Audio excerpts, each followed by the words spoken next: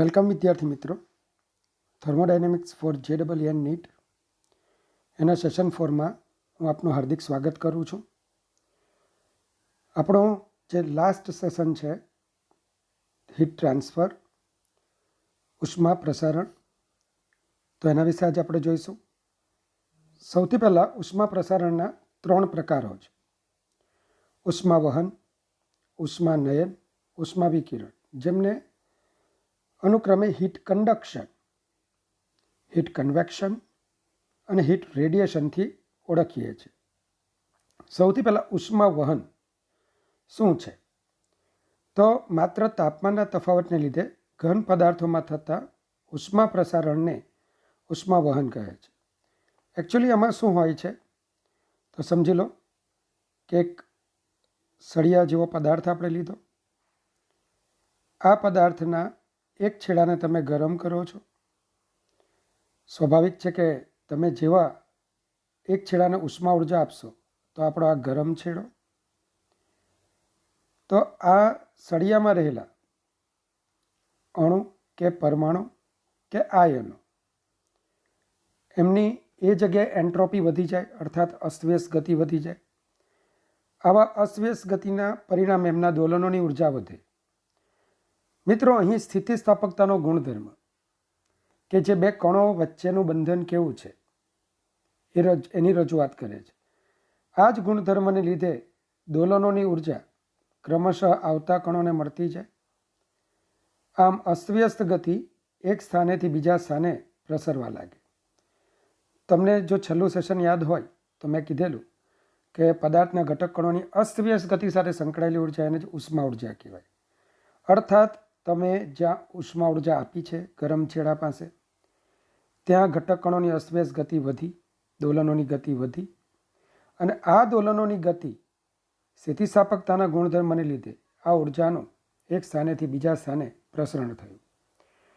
આમ સમય જતાં સળિયાના ગરમ છેડાથી બીજા છેડા તરફ જતાં તાપમાન તમને વધતું જતું જોવા મળશે. અને આ રીતે જ્યાં દોલનોની ઉર્જાના સ્વરૂપમાં ઉષ્મા ઉર્જાનું પ્રસરણ થશે તો તે ઘટનાને હીટ કન્ડક્શન, ઉષ્મા વહનની ઘટના કહીશું. આમાં દ્રવ્ય કણોની વાસ્તવિક ગતિ થતી નથી. આ ઉપરાંત સુવાહક પદાર્થો, ઉષ્મીય સુવાહક પદાર્થો, દાખલા કે ધાતુ પદાર્થો, એમાં કણોના ત્યાં ધન આયનોના દોલનોની ઉર્જાના સ્વરૂપમાં તો ઉષ્મા ઉર્જાનું પ્રસરણ થાય જ, પણ ઇલેક્ટ્રોન્સ પણ ઊંચા તાપમાનવાળા છેડાથી નીચા તાપમાનવાળા છેડા તરફ ગતિ કરીને ઉષ્મા પ્રસારણની ઘટનામાં શું કરતા હોય છે? ભાગ લેતા હોય છે. ચાલો, તો આમ આ ઘટનાને આપણે ઉષ્મા વહનની ઘટના તરીકે ઓળખીશું. મિત્રો, બે શબ્દો તાપમાન પ્રચલન અને સ્થાયી ઉષ્મા અવસ્થા. તાપમાન પ્રચલન, જેને આપણે ટેમ્પરેચર ગ્રેડિયન્ટ કહીએ છીએ, જે સદિશ રાશિ છે. ખાસ ધ્યાન રાખજો, કોઈ પણ ભૌતિક રાશિનું પ્રચલન હંમેશા સદિશ હોય છે. કેમ? તો એનું કારણ તમને કહું છું. અને સ્થાયી ઉષ્મા અવસ્થા, સ્ટેડી સ્ટેટ, તો એની આપણે વાત કરવાના છે. ઘટના આવી છે, આ રીતે એક સળિયો આપણે લેવાનો છે L લંબાઈનો. એના એક છેડાને અચળ તાપમાન, આઇસોથર્મલ સરફેસ, મતલબ કે અચળ તાપમાન T1 એ રાખવાનું છે. આ ગરમ છેડો છે. બીજા છેડાને આઇસોથર્મલ સરફેસ એટ T2 જેટલા અચળ તાપમાને રાખવાનો છે. ચાલો, તો જ્યાં T1 is greater than T2 આપણે લીધા છે. હવે આ સળિયાની જે દિવાલો છે, બરાબર, આ દિવાલો ઉષ્મીય અવાહક આવરણની આપણે રાખેલી છે, લાઈક ગ્લાસ વૂલ, બરાબર, કે જે કાચનું ઊન, સારો એવો ઉષ્મીય અવાહક પદાર્થ છે, તેની આપણે બનાવેલી છે, કે જેથી કરીને ગરમ છેડા પાસેથી જે ઉષ્મા ઉર્જા દાખલ થાય તે ઠંડા છેડા પાસે પહોંચે. મિત્રો, અહીં શરૂઆતમાં તમે જેવો પ્રયોગ સ્ટાર્ટ કરો છો તો T1 તાપમાને તમે જુઓ, ગરમ છેડા કે જેને આપણે x બરાબર 0 છેડો કહીશું, થી ઠંડો છેડો જેને આપણે x બરાબર L છેડો કહીશું, તો ગરમ છેડાથી ઠંડા છેડા તરફ જતાં તાપમાન કેવી રીતે બદલાય છે તે દર્શાવતો આ T1 સમયનો આલેખ છે. થોડો હજુ વધુ સમય લઈશું, મતલબ કે T2 is greater than T1 સમય લઈશું, તો તમે જોઈ શકશો કે જે બિંદુ પાસેનું તાપમાન પ્રારંભમાં આટલું હતું, હવે તાપમાનમાં કંઈક વધારો થયો છે. આમ કરતાં કરતાં સૈદ્ધાંતિક રીતે અનંત સમય એટલે કે ખૂબ મોટા સમય જ્યારે તમે ગણશો તો ત્યાર પછી કોઈ પણ સમયગાળે કોઈ પણ સમયે તમારું તાપમાનનું મૂલ્ય વધશે નહીં. ફરી પાછો T1 સમય આટલું તાપમાન હતું, T2 એ વધ્યું, T3 હજુ વધ્યું, પણ એક સમય પછી આ વિભાગનું તાપમાન ગરમ છેડાથી આ અંતરે રહેલા વિભાગનું તાપમાન હવે વધતું બંધ થઈ જશે. આ અવસ્થા કે જેમાં ગરમ છેડાથી ઠંડા છેડા તરફ જતા સળિયાના દરેક વિભાગનું તાપમાન હવે સમય સાથે જ્યારે બદલાવાનું બંધ થઈ જાય, બસ એ સ્થિતિને આપણે સ્થાયી ઉષ્મા અવસ્થા કહીશું. અને મિત્રો, આ અવસ્થામાં ગરમ છેડો જેટલા સમયમાં જેટલી ઉષ્મા ઉર્જા મેળવે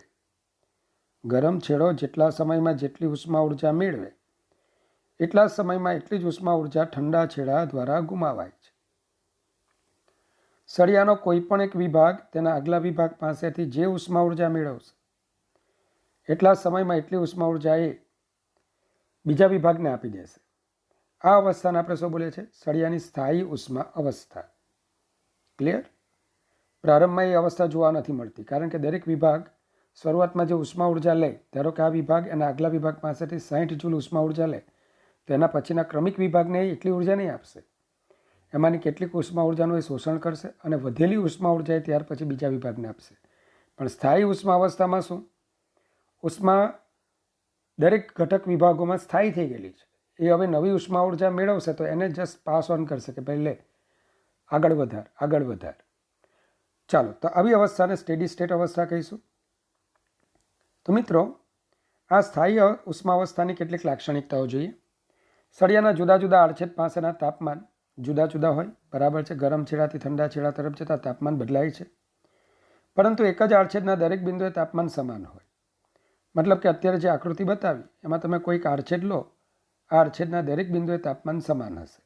હા, આડછેદ જુદા જુદા આડછેદ પર તાપમાન અલગ અલગ હશે, પણ એક જ આડછેદના દરેક બિંદુએ તાપમાન સમાન હોય. નંબર 2, સળિયાના ગરમ છેડાથી ઠંડા છેડા તરફ જતાં તાપમાન રેખીય રીતે ઘટે છે. સરસ. આલેખ આપણે હમણાં જ જોયો. આલેખ શું બને છે? સુરેખા. ખૂબ મોટા સમય એટલે કે અનંત સમય આલેખ શું બને છે? સુરેખા. તો તાપમાન વિરુદ્ધ અંતરનો આલેખ રેખીય આલેખ બને છે. ત્રીજું, સળિયાના દરેક આડછેદમાં ઉષ્મા વહનનો દર સમાન છે, બરાબર છે. કોઈ એક વિભાગ જેટલા ઉષ્મા ઉર્જા જેટલા સમયમાં આગલા વિભાગ પાસેથી મેળવે એટલી તો એ આપી દે છે. આથી હું એમ કહીશ કે સમગ્ર સળિયાની લંબાઈ પર ઉષ્મા વહનનો દર એક સરખો હશે. જો સળિયાના dx અંતર આવેલા બે વિભાગો વચ્ચે તાપમાનનો તફાવત dt હોય તો dt બાય dx ને આપણે કહીશું તાપમાન પ્રચલન. ફરીથી શું? dx અંતર આવેલા વિભાગો વચ્ચેનો તાપમાનનો તફાવત જો dt હોય તો dt બાય dx ને શું કહીશું? તાપમાન પ્રચલન. અને આ તાપમાન પ્રચલન મિત્રો સદિશ રાશિ છે. કેમ? તેને સમજાવવા માટે હું ફરી પાછો આ સ્થાયી ઉષ્મા અવસ્થાનું ઉદાહરણ લઉં, જેમાં આપણો ગરમ છેડો, ઠંડો છેડો. ચાલો, અહીંયા એક આડછેદ લઉં છું, આ બીજો આડછેદ, આ ત્રીજો આડછેદ. હું કેટલાક બિંદુ લઉં છું, A બિંદુ, B બિંદુ, C બિંદુ અને D બિંદુ. મિત્રો, તમે આનું તાપમાન નોંધો તો ધારો કે આ 60 degree Celsius, 50 degree Celsius, 40 degree Celsius. તમે જો A થી B પર જાઓ, બરાબર, A થી B પર જાઓ તો તાપમાન એનું એ જ રહેશે. તો A અને B વચ્ચેના અંતરને આપણે ધારી લો Δx લો, તો આ વખતે Δx બાય Δt તમને 0 મળશે ફોર AB. ખ્યાલ આવે? બીજું, તમે A થી D પર જાઓ, હા, તમે A to B ગયા, તો A થી D પર તમે જશો તો તમે જોઈ શકશો તાપમાન વધશે. તાપમાનનો તફાવત કેટલો છે? ધારો કે 60 ઓછા 50 એટલે +10 પર Δx. તો એકમ અંતર દીઠ તાપમાનમાં વધારો થશે તો તાપમાન પ્રચલન વધશે. અને એ જ રીતે તમે A થી C પર જાઓ, આ A થી D પર ગયા હતા, હવે A થી C પર જાઓ. જેવા તમે A થી C પર જશો તો તાપમાનમાં શું થશે? માફ કરજો, અહીંયા એક Δx આવે, Δt by Δx from A to C. તો તમે જોઈ શકશો કે -10 ડિગ્રી સેલ્સિયસ પર ડેલ્ટા એક્સ. તો આ તાપમાન પ્રચલન કોઈ વખત ધન મળે છે, ઋણ મળે છે, કોઈ વખત શૂન્ય પણ મળે છે. તો આના પરથી સ્થાનાંતરની લાક્ષણિકતા યાદ આવી. સ્થાનાંતર શૂન્ય, ધન, ઋણ. તો આ ગ્રેડિયન્ટ એકચ્યુઅલી એક વેક્ટર ક્વોન્ટિટી છે. સદીશોનું બરાબર જ્યારે પણ તમે વર્ણન કરો ને તો એમાં હાયર મેથેમેટિક્સમાં એક ગ્રેડિયન્ટ અને બીજું આવશે કર્લ, CURL, કર્લ, અને એક આવે ગ્રેડિયન્ટ. તો આ gradient of any physical quantity is a vector quantity. કોઈ પણ ગ્રેડિયન્ટ હોય. પાછા તમે એમ ન બોલતા તાપમાન અદિશ, અંતર અદિશ, તો આ અદિશ રહેશે છે. ના, તમે જે આ ગુણોત્તર મેળવો છો ને, તાપમાન વ્યક્તિગત રીતે અદિશ, અંતર વ્યક્તિગત રીતે અદિશ, પણ આ ગુણોત્તર તમે જ જોઈ શકો છો કે સરખું અંતર A થી B કે પછી A થી D કે પછી A થી C પર તમે જાઓ છો, આ ગુણોત્તર બદલાય છે. સાથે સાથે પોઝિટિવ નેગેટિવ બંને મૂલ્યો ધારણ કરે છે. તો આથી હું એમ કહું છું તાપમાન પ્રચલન કઈ રાશિ છે? સદિશ રાશિ છે. તાપમાન પ્રચલન સદિશ રાશિ છે. અને વ્યાપક રીતે બોલું તો gradient of any physical quantity is vector quantity. કોઈ પણ ભૌતિક રાશિનું પ્રચલન હંમેશા સદિશ હોય છે. મિત્રો, અહીંયા ઉષ્મા પ્રવાહ હંમેશા ઊંચા તાપમાનથી નીચા તાપમાન તરફ તમને જોવા મળે. ઉષ્મા પ્રવાહને આપણે H વડે દર્શાવીશું, હીટ કરંટ. પણ ઊંચા તાપમાનથી નીચા તાપમાન તરફ જાઓ, મતલબ કે A થી C તરફ જાઓ તો તાપમાન પ્રચલન તો ઋણ મળે છે. તો તમને કોઈ એમ પૂછે કે ઉષ્મા પ્રવાહની દિશા કઈ, તો તમે શું બોલશો? ઉષ્મા પ્રવાહની દિશા તાપમાન પ્રચલન ના ઋણ મૂલ્યની દિશામાં હોય છે. મતલબ કે જે દિશામાં તાપમાન પ્રચલન ઋણ હોય એ દિશા ઉષ્મા પ્રવાહની દિશા ગણાય. ફરીથી બોલો તો, જે દિશામાં તાપમાન પ્રચલન મહત્તમ ઋણ મળે. એક વાક્ય બહુ જબરજસ્ત છે, સમજી લો. આ A, C સરખા અંતરે જ D, સરખા અંતરે જ F, બરાબર, સરખા અંતરે જ E, સરખા અંતરે B. તો આ આપણું ઉષ્મા વહન આ દિશામાં થાય છે. તો તમે એક સરખા અંતરે A થી D પર જાઓ, A થી E પર જાઓ, A થી B પર જાઓ, A થી F પર જાઓ, A થી C પર જાઓ, ક્યાં ટેમ્પરેચર મહત્તમ ઘટેલું હશે? તો A થી E અને A થી B તાપમાન એનું H. D કરતાં C વધારે દૂર છે. એમ અંતર સરખું છે, પણ ઉષ્મા પ્રવાહની દિશાની જ વાત કરું તો આ દિશામાં C એ A થી ઉષ્મા પ્રવાહની દિશામાં A થી વધુ દૂર મળે છે. એટલે સમજી લો કે અહીંયા 60 ડિગ્રી ટેમ્પરેચર હશે તો અહીંયા 50 ડિગ્રી ટેમ્પરેચર થઈ જશે, કારણ કે D એન્ડ C આ બંને અલગ અલગ આડછેદ પર રહેલા બિંદુઓ છે. D અને F બંને એક જ આડછેદ પર છે. સમજી લો, આ નળાકાર છે, તાર છે આપણો. A, E અને B એક જ આડછેદ પર છે, ધારો કે 70 ડિગ્રી સેલ્સિયસ વાળા. તો અહીંયા તાપમાન પ્રચલન 0 છે. A થી D કે A થી F માટે તાપમાન પ્રચલન ધારો કે -10 ડિગ્રી સેલ્સિયસ પર યુનિટ અંતર છે. પણ તાપમાન પ્રચલન A થી C માટે મોટું મળે છે. તો હવે તમે જોયું ને, A થી B, C, D, E, F બધા બિંદુઓ સરખા અંતરે, પણ તાપમાન પ્રચલન કોના માટે મહત્તમ બને છે? A થી C માટે. તો હજુ સુધારીને એક વાક્ય બોલીએ. શું? ઉષ્મા પ્રવાહની દિશા. ઉષ્મા પ્રવાહની દિશા કઈ? જે દિશામાં તાપમાન પ્રચલન મહત્તમ એકમ અંતર દીઠ મહત્તમ ઋણ મળે, તાપમાન પ્રચલન એકમ અંતર દીઠ મહત્તમ ઋણ મળે તે દિશાને ઉષ્મા પ્રવાહની દિશા કહેવાય. તો આવું જ આપણે બરાબર આગળ પણ ભણીશું. ચાલો,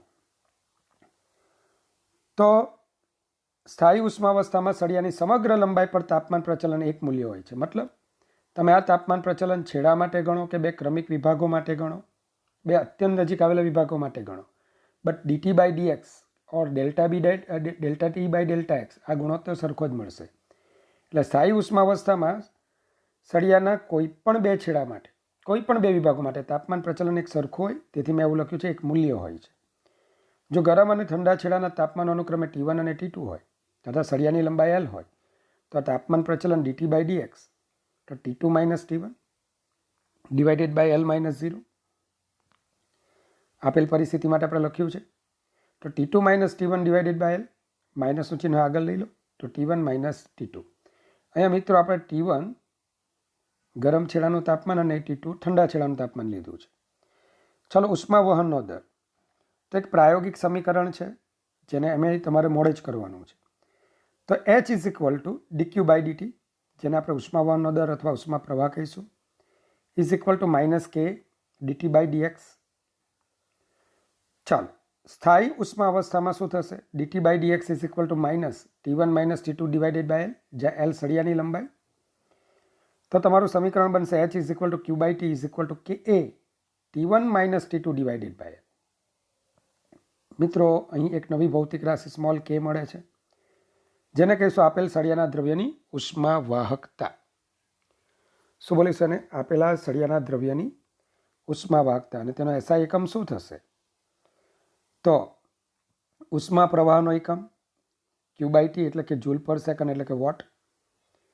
ચાલો, અહીંયા મીટર સ્ક્વેર છેદમાં મીટર, તો મીટર વધશે તો એ નીચે જશે, અને તાપમાનનો એકમ SI એકમ કેલ્વિન છે, તો વોટ પર મીટર કેલ્વિન. તમે આરામથી આનું પારિમાણિક સૂત્ર પણ લખી શકશો. ઉષ્મીય અવરોધ, તો મિત્રો અત્યારે જ આપણે જોયું કે એક આ સળિયો છે, એમાં ઉષ્મા પ્રવાહ H, T1 ગરમ છેડાનું તાપમાન, T2 ઠંડા છેડાનું તાપમાન. તો આ સળિયામાં ઉષ્મા પ્રવાહ H is equal to Q by T, K A T1 minus T2 divided by L. માટે H is equal to T1 minus T2 divided by L by K. અંશના K ને છેદમાં લઈ જાઓ. તો H is equal to T1 minus T2 divided by RH, જ્યાં RH ને આપણે કહીશું ઉષ્મીય અવરોધ. હકીકતમાં કુદરતે આવું કીધું છે, જ્યારે તમે એક સળિયો લો, સળિયાના બે છેડા વચ્ચે વિદ્યુત સ્થિતિમાનનો તફાવત ઉત્પન્ન કરો, તો આમાં વિદ્યુત પ્રવાહ વહે. તો વિદ્યુત પ્રવાહ માટે તમે શું ભણતા હતા? પ્રવાહ બરાબર વોલ્ટેજનો તફાવત છેદમાં અવરોધ. તો વિદ્યુત પ્રવાહ માટે ડ્રાઇવિંગ ફોર્સ એ વોલ્ટેજનો તફાવત છે. તેમ બરાબર, જેને આપણે EMF તરીકે પણ ઓળખીશું. તો આની અંદર ડ્રાઇવિંગ ફોર્સ એ તાપમાનનો તફાવત છે. તાપમાનના તફાવતને લીધે ઉષ્મા પ્રવાહ ઉત્પન્ન થાય, વિદ્યુત સ્થિતિમાનના તફાવતને લીધે વિદ્યુત પ્રવાહ ઉત્પન્ન થાય. તો જેમ વિદ્યુત પ્રવાહને નડતો અવરોધ વિદ્યુત અવરોધ, તે જ રીતે ઉષ્મા પ્રવાહને નડતો અવરોધ એને આપણે બોલીશું ઉષ્મીય અવરોધ. આ સમીકરણ તમે ઓહ્મના નિયમમાં ધોરણ 10માં ભણી ગયા હતા. ચાલો, તો RH is equal to L by K. ઉષ્મીય અવરોધ જેનો એકમ ફરી પાછા આપણે જોઈએ તો તાપમાનના તફાવત એટલે તાપમાનનો એકમ કેલ્વિન, બરાબર. RH ને કરતા બનાવો, અને Hનો એકમ વોટ, તો કેલ્વિન પર વોટ. આ ઉષ્મીય અવરોધોનું જોડાણ, એના તરફ આપણે જવાનું છે. તો વિદ્યાર્થી મિત્રો, પહેલું જોડાણ છે શ્રેણી જોડાણ.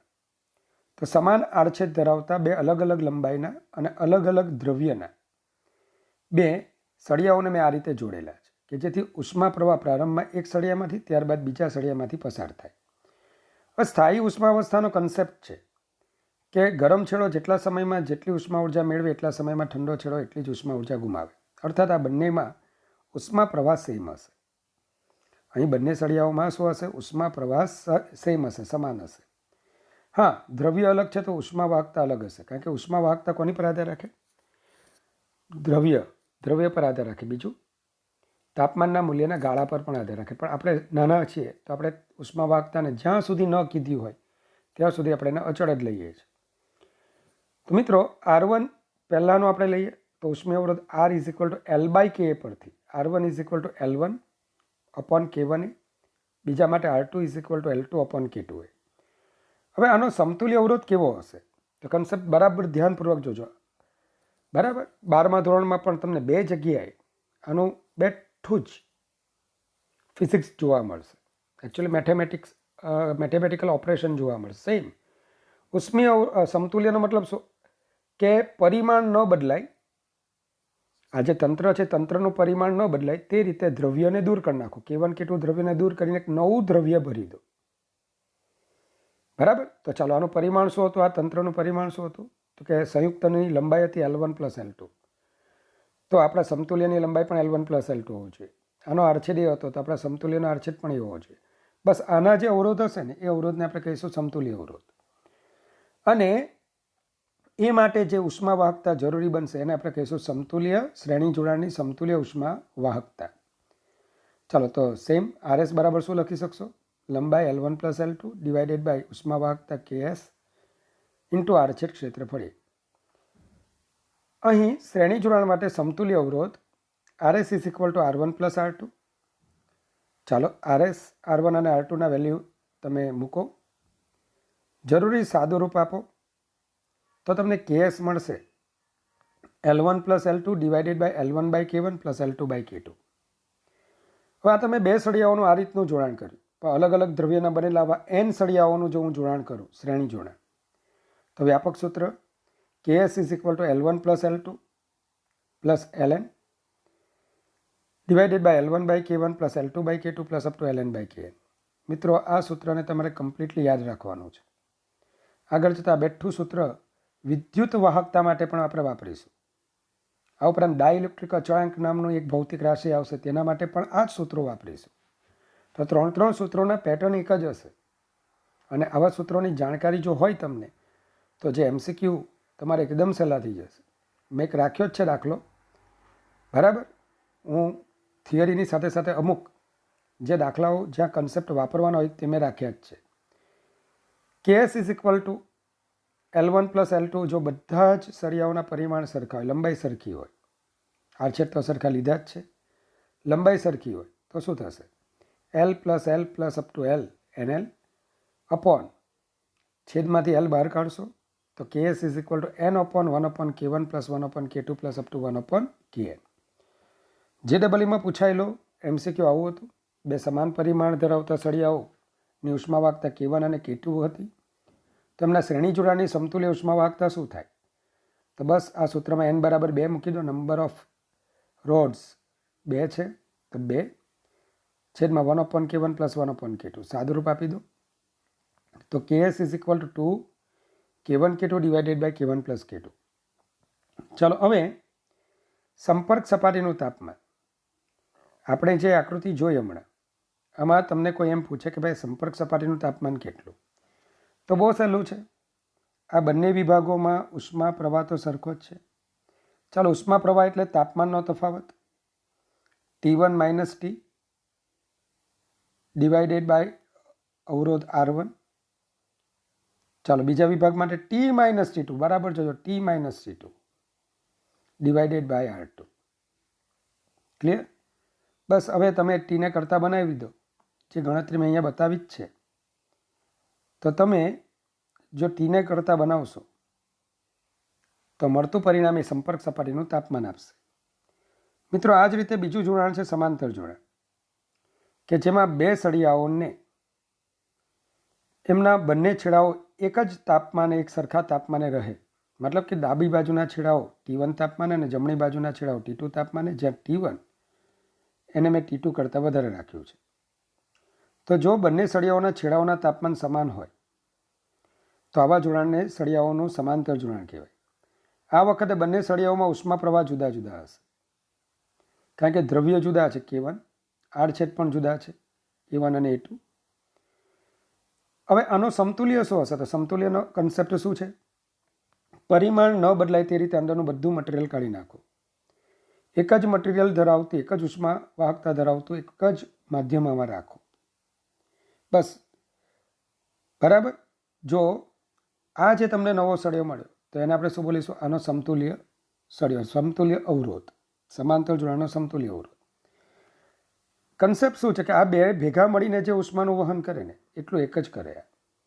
ફરીથી H1 અને H2 જે ઉષ્માનું વહન એ કરે છે, ઉષ્મા વહનનો દર જે છે એ બંનેનો આ સંયુક્ત એકલો કરતો હોય તો આને આપણે શું બોલીશું? એનો સમતુલ્ય સળિયો અથવા સમતુલ્ય અવરોધ.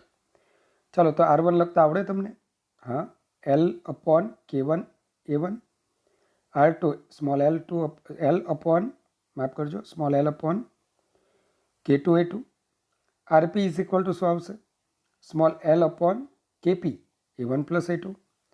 તો અહીં સમતુલ્ય અવરોધ RP માટે સૂત્ર સેમ વિદ્યુત અવરોધ જેવું, તો 1 upon RP is equal two 1 upon K1 R1 plus 1 upon R2. કેમ આવું સૂત્ર મળે છે? તો કે વિદ્યુત પ્રવાહના સમાંતર જોડાણમાં પણ આ જ ગણતરી કરતા હતા આપણે, I is equal two I1 plus I2, અને એના આધારે અવરોધનું પરિણામ મેળવેલું. તો અહીંયા મેં એ મેળવ્યું નથી, તો એ જે એનાલોજી હતી એને જ આપણે અહીંયા યુઝ કરી છે, એ સમાનતાને જ મેં અહીંયા વાપરી છે. તો 1 upon RP is equal two 1 upon R1 plus 1 upon R2. જરૂરી કિંમત મૂકો અને કેપીને કરતા બનાવો. તો કેપી શું છે? આ બે સળિયાઓના સમાંતર જોડાણની સમતુલ્ય ઉષ્મા વાહકતા, P ફોર પેરેલલ, સમાંતર. તો કેપી બરાબર સૂત્ર આવશે K1A1 plus K2A2 upon A1 plus A2. અને જો વ્યાપક રીતે આવા n સળિયાઓનું મેં સમાંતર જોડાણ કર્યું હોય તો KP is equal two K1A1 plus K2A2 plus up two KNAN upon A1 plus A2 plus up two AN. વિદ્યાર્થી મિત્રો, જો સળિયાઓના પરિમાણો મેં સરખા લઈ લીધા, લંબાઈઓ તો ઓલરેડી સરખી છે, પણ આડછેદ પણ સરખા લીધા, તો કેપી ઇઝ ઇક્વલ ટુ શું આવશે? A in the bracket, A common નીકળી જશે અને છેદમાં a પ્લસ n વખત તો na થશે. એ કટ થાય તો KP is equal to K1 plus K2 plus up to KN upon n. વિદ્યાર્થી મિત્રો, અહીં હવે આવે છે ગોળાકાર કવચની સ્થાયી ઉષ્માવસ્થા, જે ડબલઈમાં પૂછાયેલો છે, નીટમાં પણ પૂછાયેલો છે. સૂત્ર માત્ર યાદ રાખવાનું છે અને એની પણ ટ્રીક બતાવું છું. તો સમજી લો, આ ગોળાકાર કવચ પોલો ગોળો છે, અહીંયા પોલાણ છે, ત્યાં તાપમાન T1 રાખ્યું છે અને બહાર જે તાપમાન છે T2 રાખ્યું છે. સ્વાભાવિક છે કે ઉષ્મા ઉર્જા આ ગોળાકાર કવચની દિવાલોમાંથી પ્રસરીને બહારના માધ્યમમાં જશે, આ રીતે. હકે ને? તો એ સતત બદલાતા જતા ક્ષેત્રફળમાંથી જશે, કારણ કે અંદરની સપાટી કરતાં બહારની સપાટીનું ક્ષેત્રફળ વધતું જાય છે. તો હવે આ સંજોગોમાં આપણે કેવી રીતે ગણતરી કરીએ? તો બહુ સરળ છે કે સૂક્ષ્મ કવચ માટે આપણે કામ કરીએ, આખે જે ગોળાકાર કવચ છે તેને સ્મોલ r ત્રિજ્યાના અને dr જેટલી સૂક્ષ્મ જાડાઈના અનેક સૂક્ષ્મ ગોળાકાર કવચોમાં વિભાજિત કરીએ. તો અહીંયા જે મેં ગ્રીન પોર્શન બતાવ્યો છે એ ગોળાકાર કવચનો છે, જેની ત્રિજ્યા સ્મોલ r અને બરાબર આ જે જાડાઈ છે, સૂક્ષ્મ જાડાઈ છે તે dr છે. હવે આટલા સૂક્ષ્મ ગોળાકાર કવચમાં ઉષ્મા પ્રવાહ h is equal to -k dt by dr. ચાલો, એનું જે ક્ષેત્રફળ છે, વક્ર સપાટીનું ક્ષેત્રફળ 4πr² છે અને કેટલું અંતર ઉષ્મા કાપે છે? સળિયામાં L અંતર કાપતી હતી, અહીંયા કેટલું અંતર કપાય છે? dr. બરાબર, આમાંથી જ્યારે પસાર થાય તો dr જેટલું અંતર કાપે, તો dt બાય dr એ આપણું તાપમાન પ્રચલન. બીજું કે આવી ગોળાકાર કવચો છેક અહીંથી સ્ટાર્ટ કરીએ આપણે, છેક અહીંયા સુધી એક પછી એક શ્રેણી જોડાણ બનાવે છે. કયું જોડાણ બનાવે છે? શ્રેણી જોડાણ. તો શ્રેણી જોડાણમાં ઉષ્મા પ્રવાહ કેવો રહેવાનો? સરખો, એ સમાન જ રહેશે. તો વિદ્યાર્થી મિત્રો, જરૂરી કિંમત મૂકીને આપણે ડીટીને કરતા બનાવી દઈએ, કારણ કે ટીની લિમિટ મને ખબર છે. અંદરની સપાટી માટે T1 ઊંચું તાપમાન, બહારની સપાટી માટે T2. ચાલો હવે સંકલન લઈએ. તો સંકલન 1 dt, h અને 4π કે અચળ છે, બહાર લઈ લેજો. 1/r² એટલે r⁻² dr. સંકલન 1 dt એટલે t અને r⁻² એટલે કે ઘાતમાં એકનો વધારો કરો, r⁻1 ડિવાઇડેડ બાય -1. ચાલો, માઇનસ ઇન્ટુ માઇનસ પ્લસ થશે અને r⁻1 એટલે 1/r થશે. સંકલનની જરૂરી લિમિટ મૂકી દો. T2 - T1 બરાબર આ રીતનું પદ મળશે. પણ હું જાણું છું T1 એ T2 કરતાં વધારે છે, તો હું આને ઓલ્ટરનેટ કરું, T1 - T2 લખું તો જમણી બાજુ R2 - R1 લખી દો. તો તમારું સમીકરણ આ રીતનું બન્યું. હવે મિત્રો, આ સમીકરણ કોના જેવું છે? તો કે સળિયાની સ્થાયી ઉષ્માવસ્થા જેવું છે, કે A T1 - T2 upon L. તો L એટલે ઉષ્માએ એક છેડાથી બીજા છેડા સુધી કાપેલું અંતર. તો આ ગોળા માટે ઉષ્મા કેટલું અંતર કાપે? તો અંદરની ત્રિજ્યા R1, બહારની ત્રિજ્યા R2. તો એને કાપેલું અંતર એ R2 - R1 જેટલું છે. એટલે સરસ, તમે L ને બદલે, સૂત્ર યાદ રાખવા માટે L ને બદલે શું મૂકી શકશો? R1 - R2. ઓકે. હવે રહી વાત એની, તો અહીંયા ઉષ્મા એક ગોળાકાર સપાટીમાંથી પસાર થાય. અંદરની સપાટીનું ક્ષેત્રફળ 4π સ્મોલ r1² અને બહારની સપાટીનું ક્ષેત્રફળ 4π સ્મોલ r2². તો હવે શું કરું? તો ગૂંચવાઈ ગયો. એવરેજ તો લેવાય નહીં, બાપાનું થોડું ગણિત છે કે જ્યાં જોઈએ ત્યાં એવરેજ મૂકી દેવાનું. તો આપણે એક કામ કરીએ, કોઈને ખોટું ન લગાડીએ તેવું કામ કરીએ. આપણે 4πr² r ઇન્ટુ r લખીએ. એક ત્રિજ્યા નાની r1 અને બીજી ત્રિજ્યા સપાટીની મોટી ત્રિજ્યા લઈ લઈએ. તો સૂત્ર સળિયાનું જ બેઠું યાદ રાખીશું કે 4πr1 r2 in the bracket T1 - T2 divided by r1 - r2. ચાલો, ક્લિયર? નળાકાર કવચની સ્થાયી ઉષ્માવસ્થા. સમજી લો, આ એક નળાકાર કવચ છે L લંબાઈનો. એની જે આ સાઈડ વોલ છે, જે સમતલ વર્તુળાકાર સપાટી છે, એને મેં ઉષ્મીય અવાહક બનાવી દેલી છે. મતલબ કે અહીંયા ઇન્સ્યુલેટર અવાહક સપાટી પર મેં અહીંયા લગાવેલું છે. કવચ છે પોલો નળાકાર કવચ છે, એટલે કે વચ્ચે પોલાણ છે. અંદરનું તાપમાન T1, બહારનું તાપમાન T2 છે. તો ઉષ્મા ઉર્જા હંમેશા ઊંચા તાપમાનથી નીચા તાપમાન તરફ પ્રસરણ પામશે. ક્યાંથી ક્યાં પ્રસરણ પામશે? ઊંચાથી નીચા, T1 થી T2. શામાંથી પ્રસરણ પામશે? તો કે એક નળાકારની વક્ર સપાટીમાંથી. તમે આને બરાબર જુઓ તો એક નળાકારની વક્ર સપાટીનું નિર્માણ થાય છે કે જેમાંથી આ ઉષ્મા ઉર્જા બહાર આવે છે. તો અહીંયા પણ R1 ત્રિજ્યાથી R2 ત્રિજ્યા તરફ જતાં નળાકારની વક્ર સપાટીઓનું ક્ષેત્રફળ તો વધતું જવાનું. હા, પણ એટલું ખરું કે જે ઉષ્મા પ્રવાહ અંદરની સપાટીમાં દાખલ થાય તે જ બહારથી આવવાનો છે. મતલબ કે આવા જેટલા નાના નાના સૂક્ષ્મ નળાકાર કવચો છે દરેક માટે ઉષ્મા પ્રવાહ કેવો રહેશે? સમાન. તો આવા અક્ષથી R અંતરે આવેલા એક નળાકાર સ્તરનો વિચાર કરો. તો આ નળાકાર કવચમાં ઉષ્મા પ્રવાહ H બરાબર -K dt/dr, ઉષ્મા એક આપેલું અંતર dr, અને એ એટલે નળાકારની વક્ર સપાટીનું ક્ષેત્રફળ 2πrl. ક્લિયર? ચાલો, તો હવે જરૂરી કિંમત મૂકીને તમે ડીટીને કરતા બનાવી એનું સંકલન કરો. સંકલનની લિમિટ એઝ યુઝ્યુઅલ T1 થી T2 અને અંદર R1 થી R2. ચાલો, 1/r નું સંકલન ln r.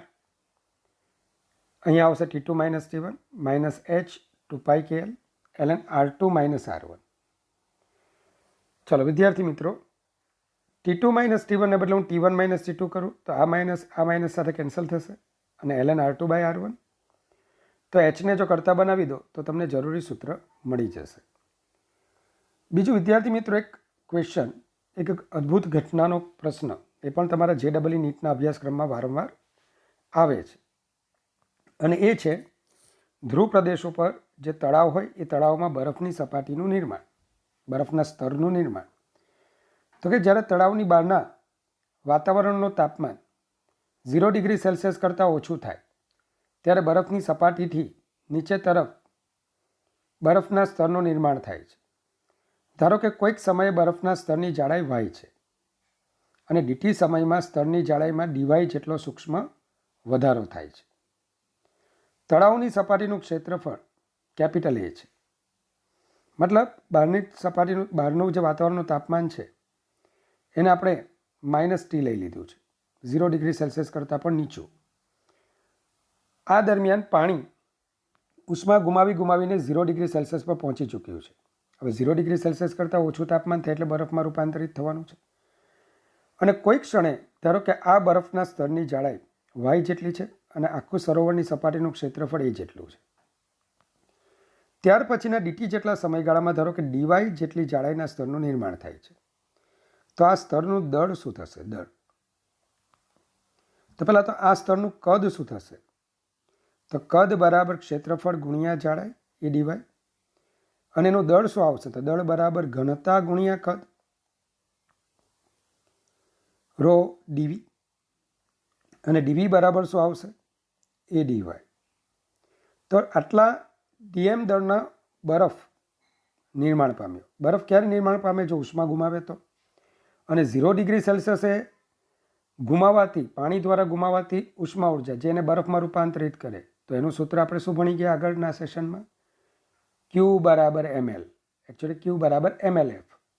તો સાંભળજો, આ સ્તરના નિર્માણ દરમિયાન છૂટી પડતી ઉષ્મા ઉર્જા dq બરાબર dm lf. તો dq બરાબર ρ lf dy.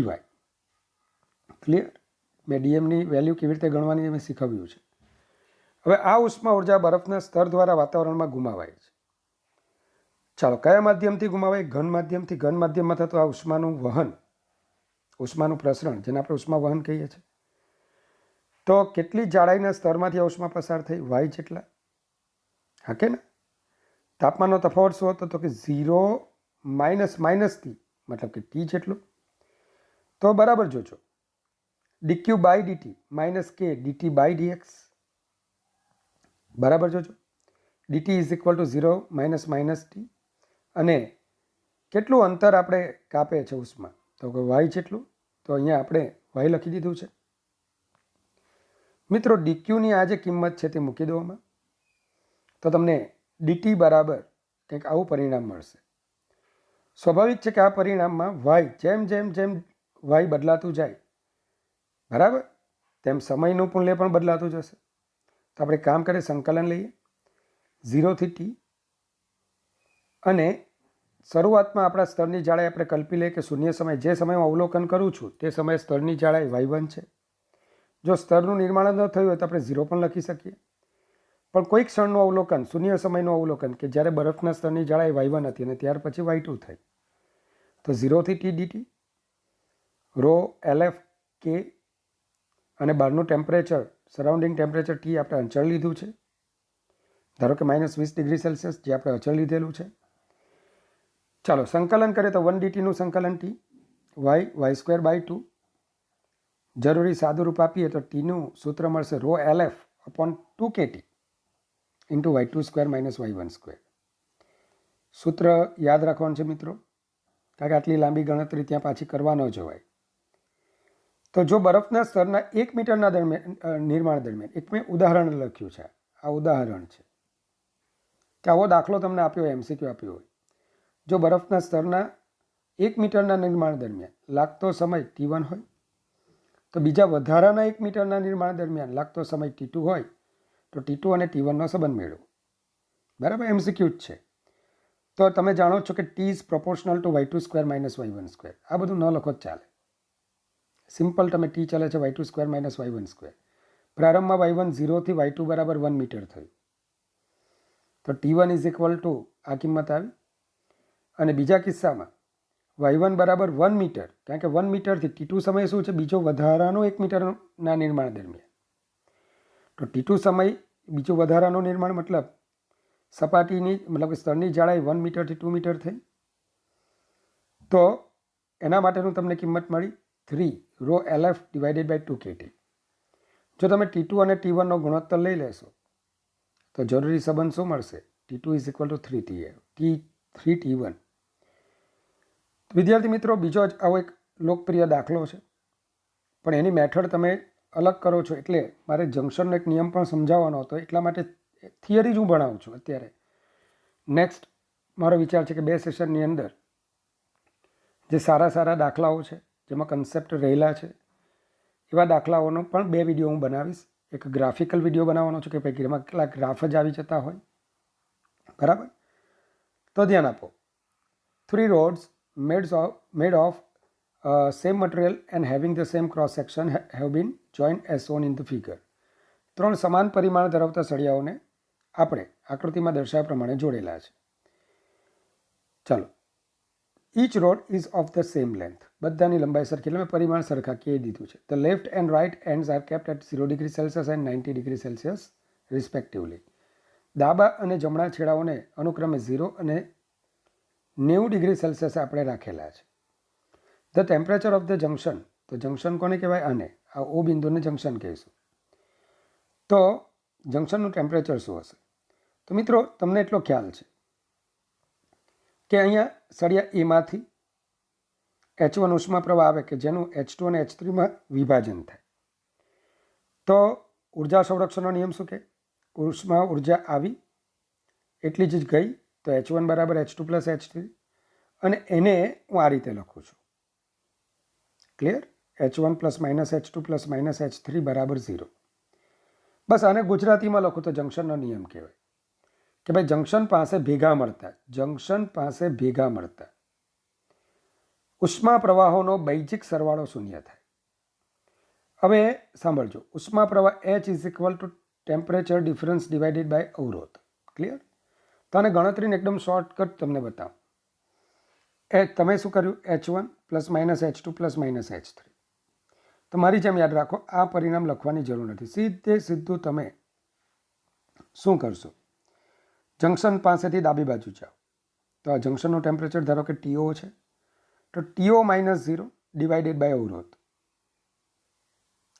શાંતિથી જાગ સમજો, TO - 0 ડિવાઇડેડ બાય અવરોધ. તો ત્રણે ત્રણના પરિમાણ સરખા છે, અવરોધ સરખા, તો TO - 0 ડિવાઇડેડ બાય અવરોધ plus TO minus 90 divided by અવરોધ plus TO minus 90 divided by અવરોધ ઇઝ ઇક્વલ ટુ 0. પડીએ શરૂઆત 3 સળિયાનું જંક્શનથી કરવાની. ચાલો સાદરૂપ આપો તો TO is equal two 60 degree Celsius. 2 સ્ટેપમાં તમારો જવાબ આવી જાય. તો બીજો પણ એક દાખલો આપણે જરાક જોઈ લઈએ. આમાં તમને શું માહિતી આપેલી છે? તો સમાન પરિમાણ કીધા છે પણ ઉષ્માવાહકતા અલગ અલગ છે. જંક્શનનું ટેમ્પરેચર શોધવાનું છે. ચલો R1 અવરોધ L/5 કહે, કારણ કે આની ઉષ્માવાહકતા 5 કહે છે. L અને એ ત્રણેય માટે સમાન છે. ચલો આના માટે R2 બરાબર L/3 કહે અને આના માટે R3 બરાબર L/2 કહે. તો વિદ્યાર્થી મિત્રો અહીંયા સેમ જંક્શન પાસે ભેગા મળતા વિદ્યુત પ્રવાહોનો બેઝિક સરવાળો 0 હોય. તો જો મારે TO શોધવું હોય તો TO minus 100 divided by R1. R1 is equal to L/5 K plus TO minus TOથી શરૂઆત કરવાની -50 ડિવાઇડેડ બાય L/3 કે પ્લસ TO માઇનસ 50 L/2 કે. ક્લિયર? ચાલો શું કટ થઈ જશે? તો L/K કોમન અને જતા રહેશે. છેદનો છેદ અંશમાં જશે. તો 5TO minus 100 3TO minus 50 2TO minus 50 બરાબર 0. ચાલો 5TO 500 3TO 150 2TO minus 100 is equal to 0.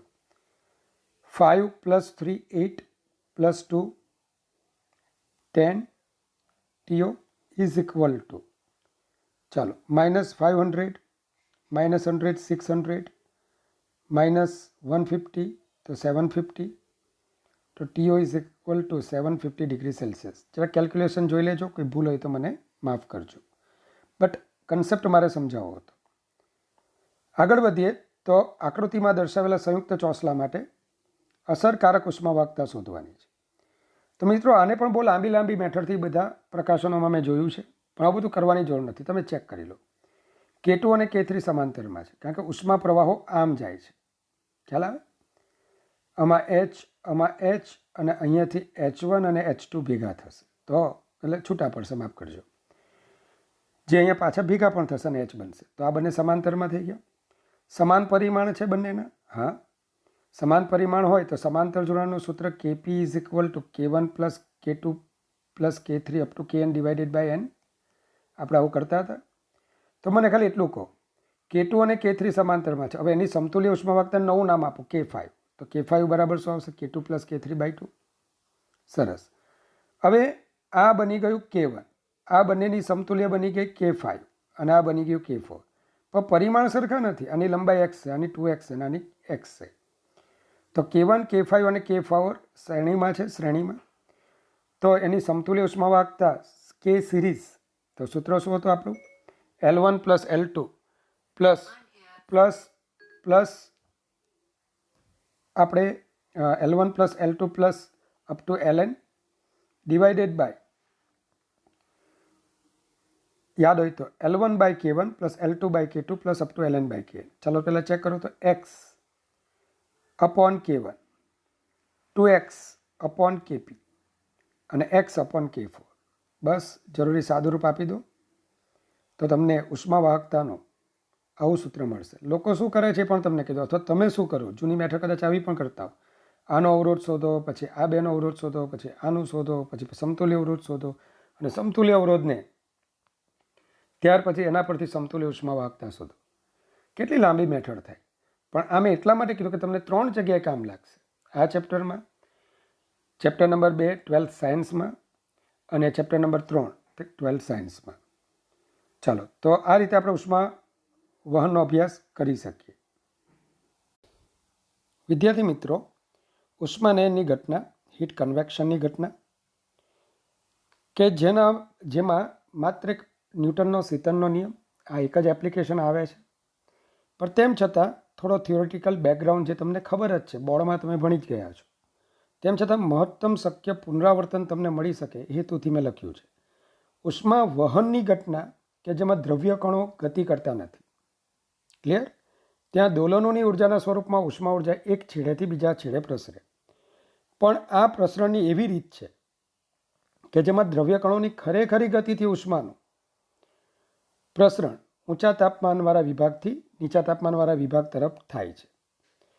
ઉષ્માનયનની આ ઘટનામાં ઉષ્માવહનની જેમ કોઈ સરળ સમીકરણો મળશે નહીં, કારણ કે માધ્યમમાં દ્રવ્ય કણોની ગતિની પ્રકૃતિ ઘણા બધા ફેક્ટર પર આધાર રાખે છે.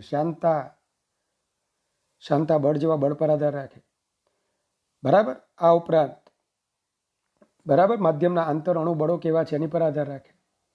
તો આમ અહીંયા કોઈ ચોક્કસ સમીકરણો આપણને મળતા નથી. પણ તેમ છતાં વાસ્તવિક ગણતરીઓ કરતી વખતે આ પ્રકારના સમીકરણોનો આપણે ઉપયોગ કરી શકીએ કે ઉષ્માનયન માટે ઉષ્મા પ્રવાહ is equal two H A delta T. કારણ કે જે વિનિમય થવાનો છે ક્ષેત્રફળ પર આધારિત છે. જેમ ક્ષેત્રફળ વધારે, કે ભાઈ કપમાં રહેલી ચાને રકાબીમાં રેડો તો વહેલી ઠંડી થાય, કારણ કે ક્ષેત્રફળ વધી ગયું. અને બીજું તાપમાનના તફાવત પર આધાર રાખશે. જેમ તાપમાનનો તફાવત મોટો તેમ ઉષ્મા પ્રવાહ વધશે. પણ સાથે એક અચળાંક આવશે જેને આપણે બોલીશું ઉષ્માનયનનો અચળાંક. બરાબર. ચાલો, હવે ઉષ્માનયનના પ્રકારો છે, બે પ્રકારો છે, પ્રાકૃતિક ઉષ્માનયન અને પ્રેરિત ઉષ્માનયન. તો પ્રાકૃતિક ઉષ્માનયન એટલે શું? કે જેમાં માત્ર ઘનતાના તફાવતને લીધે ઉષ્માના પ્રસરણને પ્રાકૃતિક ઉષ્માનયન કહે છે. શું? જેમાં માત્ર ઘનતાના તફાવતને લીધે થતા ઉષ્માના પ્રસરણને પ્રાકૃતિક ઉષ્માનયન આપણે કહીશું. આવી ઘનતાનો તફાવત તાપમાનના તફાવતને લીધે માધ્યમમાં ઉત્પન્ન થતો જોવા મળે છે. કારણ કે તાપમાન બદલાય, આગળના સેશનમાં ભણી ગયા, તો કદ બદલાય, અને કદ બદલાય તો દર તો અચળ તો હોવાથી ઘનતા બદલાય. એટલે કે આવો ઘનતાનો તફાવત એ પણ તાપમાનના તફાવતને લીધે જ ઉત્પન્ન થાય છે.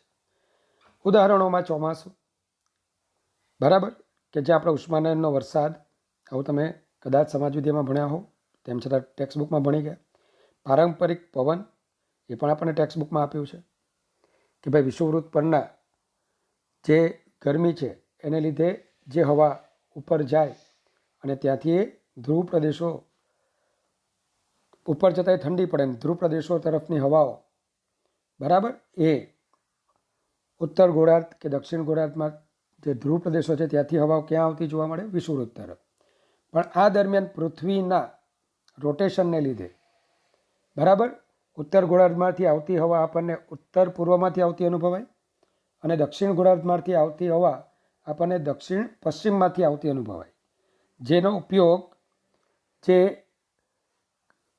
જૂના સમયમાં, પ્રાચીન સમયમાં જે સ્ટીમરના કપ્તાન હોય એ આવા પવનો દ્વારા દિશાઓ જાણવાનો પ્રયત્ન કરતા, અને તેથી એને ટ્રેડ વિન્ડ, પારંપરિક પવન તરીકે પણ ઓળખાતું.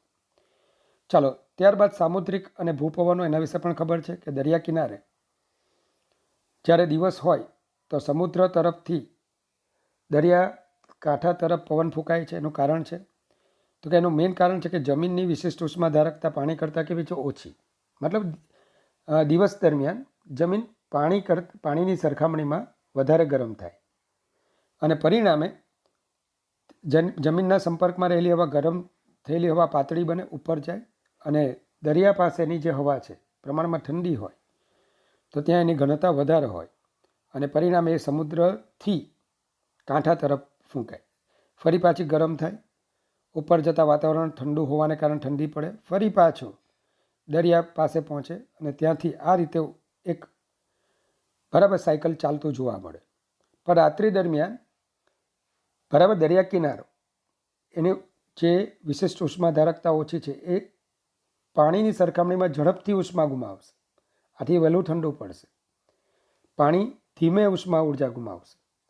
પરિણામે જમીનના સંપર્કમાં રહેલી હવા ઠંડી અને તેથી ઘનતા વધારે, અને સમુદ્ર પાસેની જે હવા છે એ ઘનતા એની ઓછી બને, કારણ કે ત્યાં તાપમાન વધારે છે, અને પરિણામે દરિયાકાંઠાથી સમુદ્ર તરફ પવન ફૂંકાતો તમને જોવા મળશે. ચલો, આવું તમે ભણી ગયા છો.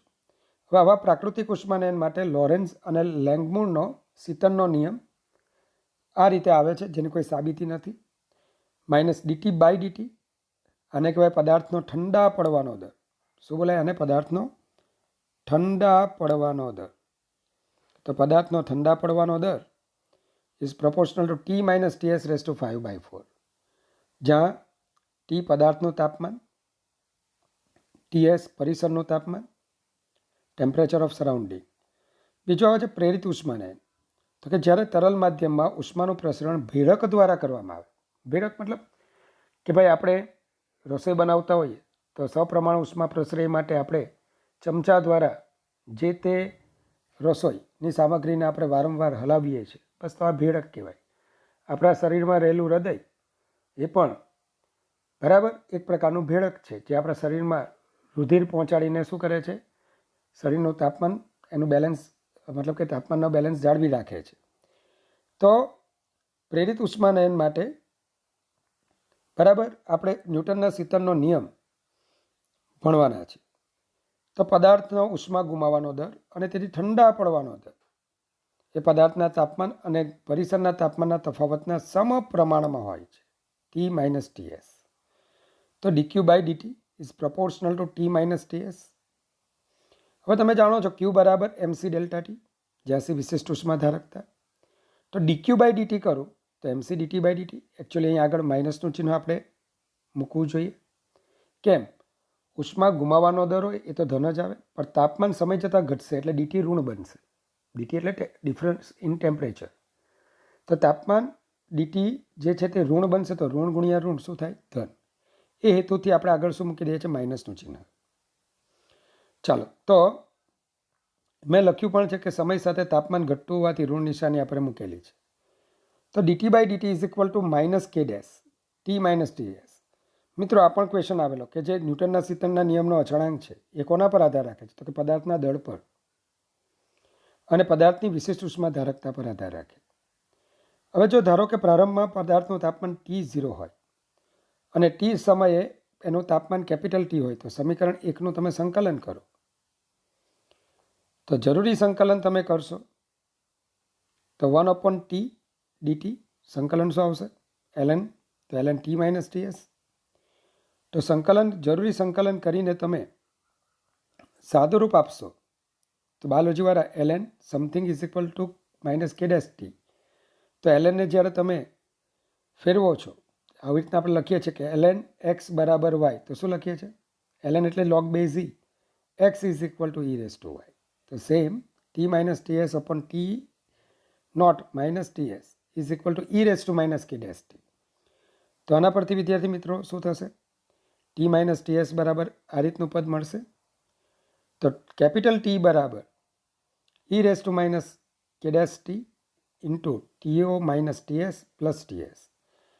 હવે સમીકરણ 3માં તમે બરાબર ધ્યાનથી જુઓ. જ્યારે T બરાબર અનંત લો ને તો e રેઝ ટુ -∞ 0 થાય.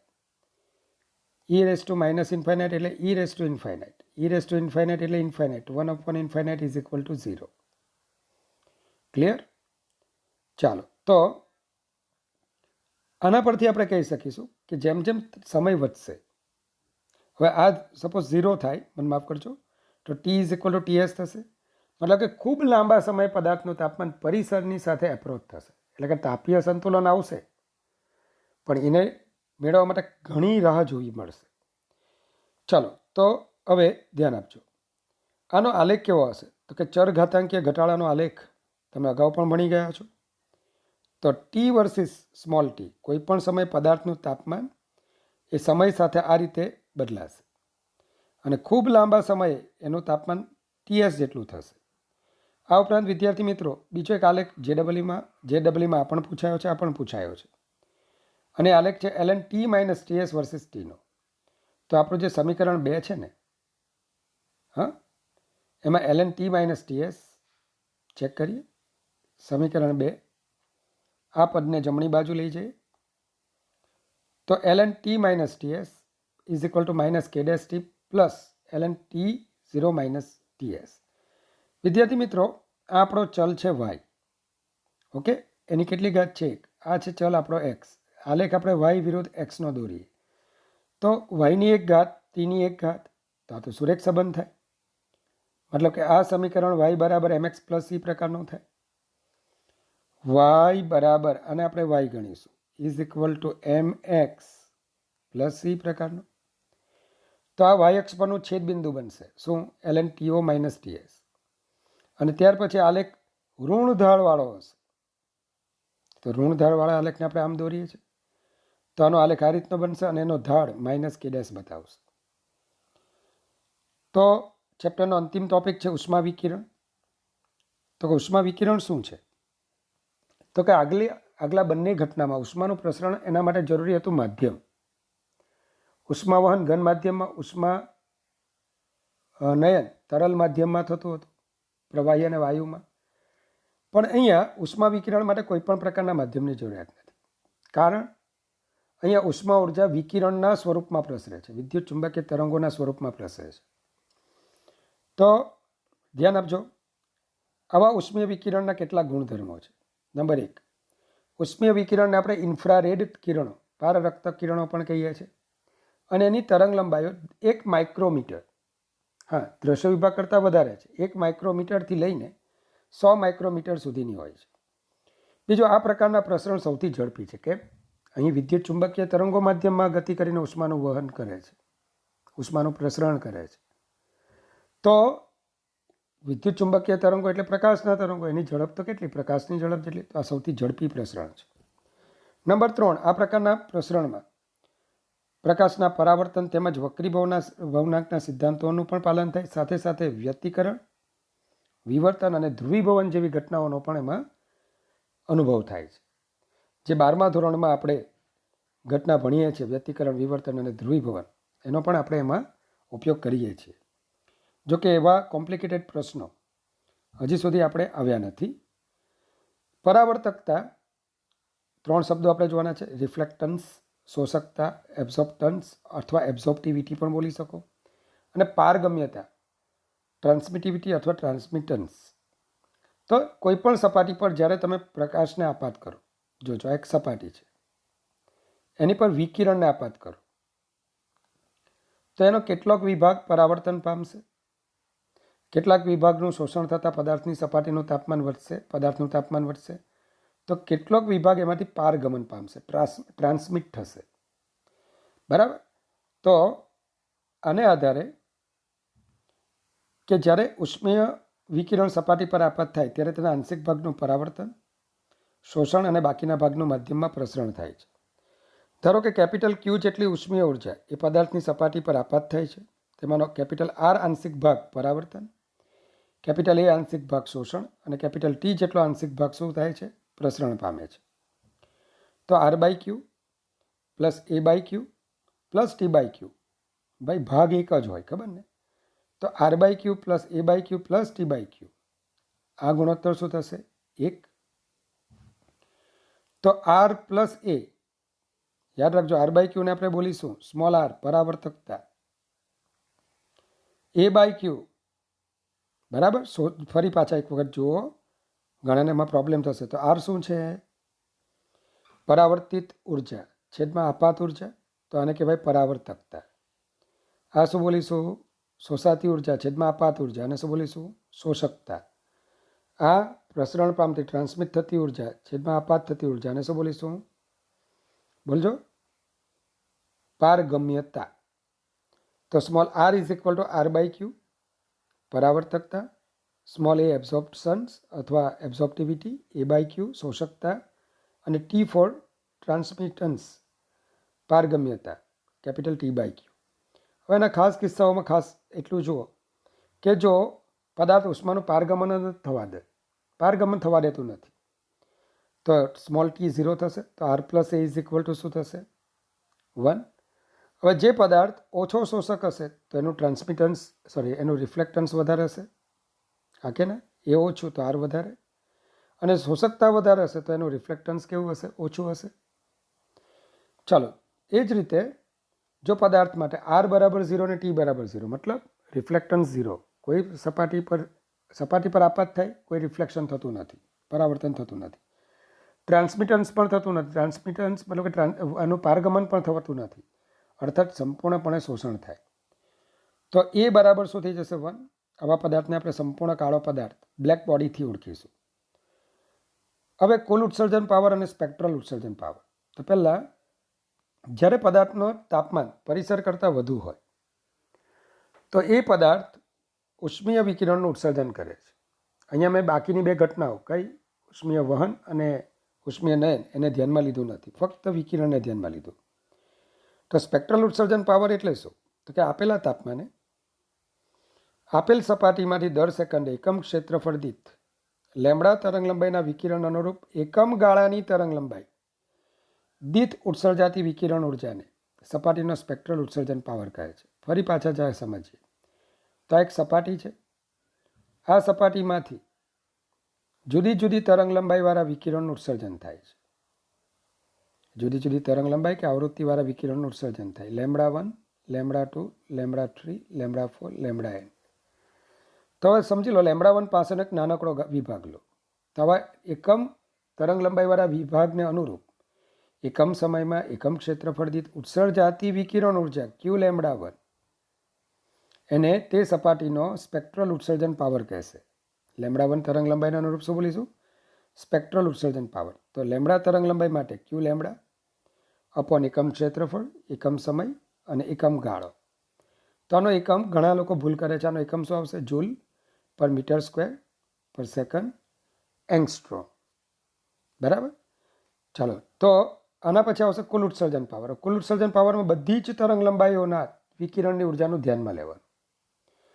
તો કે આપેલા તાપમાને આપેલ સપાટીમાંથી દર સેકન્ડે સપાટીના એકમ ક્ષેત્રફળ દીઠ ઉત્સર્જાતી કુલ વિકિરણ ઉર્જાને સપાટીનો કુલ ઉત્સર્જન પાવર કહે છે, જેને આપણે E=Q/AT વડે દર્શાવીએ. તો E=0 to infinite E lambda D lambda, મતલબ કે જેટલા સ્પેક્ટ્રલ ઉત્સર્જન પાવર છે એ બધાની ઉર્જાઓનો તમે સરવાળો કરો તો કુલ ઉર્જા મળશે. ચાલો, તો એનો એકમ છે જૂલ પર મીટર સ્ક્વેર સેકન્ડ, એટલે કે વોટ પર મીટર સ્ક્વેર. વિદ્યાર્થી મિત્રો, અહીંયા આવે છે ઉત્સર્જકતા. તો ઉત્સર્જકતા એટલે શું? તો કે આપણે એક કમ્પેરેટિવ મોડ છે કે સંપૂર્ણ કાળો પદાર્થ જે ઉત્સર્જન કરે એની સાપેક્ષે આપણો વ્યવહારિક પદાર્થ શું ઉત્સર્જન કરે છે, તો એને સમાવતો આ એક સાપેક્ષ ખ્યાલ છે. શું છે આ ખ્યાલ? તો તમે બોર્ડમાં ભણી ગયા કે આપેલ તાપમાને પદાર્થના કુલ ઉત્સર્જન પાવર અને તે જ તાપમાને સંપૂર્ણ કાળા પદાર્થના કુલ ઉત્સર્જન પાવરના ગુણોત્તરને તે પદાર્થની ઉત્સર્જકતા E કહે છે, એમિસિવિટી કહેવાય. તો એમિસિવિટી મતલબ પદાર્થનો કુલ ઉત્સર્જન પાવર અને છેદમાં પદાર્થ જેટલા જ તાપમાને સંપૂર્ણ કાળા પદાર્થનો કુલ ઉત્સર્જન પાવર. તો સંપૂર્ણ કાળા પદાર્થ માટે આપણે E બરાબર શું લઈશું? 1. હવે વિદ્યાર્થી મિત્રો, સંપૂર્ણ કાળો પદાર્થ કોને કહેવાય? સંપૂર્ણ કાળો પદાર્થ કોને કહેવાય? તો કે જે પદાર્થ તેના પર આપાત એવી બધી જ વિકિરણ ઉર્જાનું શોષણ કરી લે તેને સંપૂર્ણ કાળો પદાર્થ કહેવાય. બીજું, સાથે સાથે જે પદાર્થને ગરમ કરવામાં આવે તો આવો પદાર્થ શક્ય એવી બધી જ તરંગલંબાઈવાળા વિકિરણનું ઉત્સર્જન કરે તો એને પણ સંપૂર્ણ કાળો પદાર્થ કહેવાય. તો સંપૂર્ણ કાળો પદાર્થ એ રંગે કાળો હોવો જરૂરી નથી. એ કોઈ પણ સમયે ઉત્સર્જક સાથે સાથે શોષક પણ હોઈ શકે છે. તો લગભગ 6000 કેલ્વિન જેટલા તાપમાને આપણો સૂર્ય શક્ય એવી તમામ તરંગલંબાઈઓવાળા વિકિરણનું શું કરે છે? ઉત્સર્જન કરે છે. તેથી સૂર્યને પણ આપણે શું ગણીએ છીએ? સંપૂર્ણ કાળો પદાર્થ ગણીએ છીએ.